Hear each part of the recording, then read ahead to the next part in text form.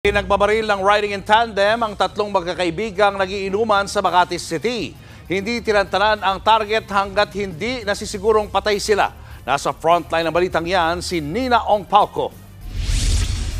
Alauna kaninang madaling araw, nasa pool sa CCTV ang pagdaan ng riding in tandem sa kalsadang ito sa Barangay Pio del Pilar sa Makati City. Sa bandang dulo ng kalye, kitang huminto ang motorsiklo.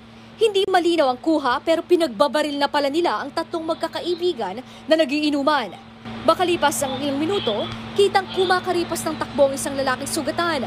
Paika-ika siya at may dugo sa pantalon. Kabilang siya sa dalawang sugatan. Habang ang kaibigan nilang si Lloydie, napatay ng riding in tandem. Mukhang siya raw talaga ang target dahil hinabol siya ng mga salarin. Nakatakbo si Lloydie sa kalapit na tindahan pero hindi siya tinantanan. Ayon sa may-ari ng tindahan, hindi bababa sa 10 basyon ng bala ang nakita. Tinamaan din ng bala ang ilang gamit niya. Ito nga po, nadama yung freezer ng ice cream namin. Kaya kami napunta dito. Napasugod kami. Hindi namin po kilala yung mga, ang tawag nila? Yung biktima o kaya yung mga bumabaril. Agad nakatakas ang riding in tandem. Hirap matukoy ang kanilang pagkakakilanlan dahil naka-helmet sila. Iniimbestigahan pa ang motibo sa krimen. Sa ngayon, napag-alaman ng barangay na 2 beses na palang nalagay sa alanganin ang buhay ng biktima.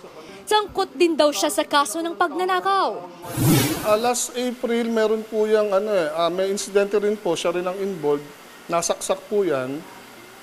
Last April po yun. Yun po yung record po ng Bantay Bayan po natin. Yung mga dati pa po, yung may nagnakaw, yun po yung mga dating reklamo po dito.